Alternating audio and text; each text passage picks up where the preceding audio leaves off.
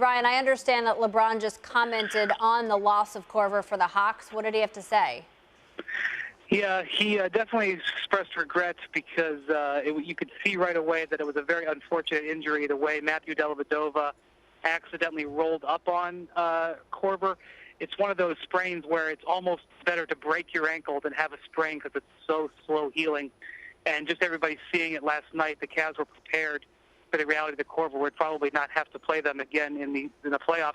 What LeBron said was that it's not going to change their approach. They know that the Hawks are still very dangerous, and that one of the things they've focused on in this series is trying to keep their ball movement down and make them into isolation players, which they've been terrific at. The Hawks all have yet to even cross the 20 assist barrier, something that they did with regular ease during the regular season.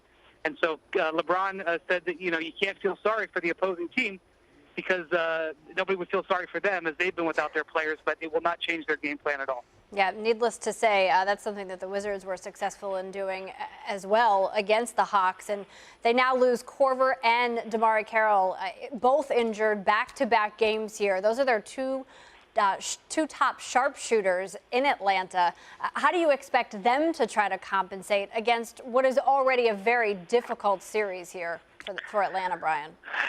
Well, it exacerbates the situation that they're without Sabo Sefolosha. Now, obviously, Sefolosha isn't a star or an all-star like Kyle Korver is, but because they already didn't have the depth there, they're now extremely thin on the wing. So you really have to look that they're without two key wing players in Korver and Sefolosha.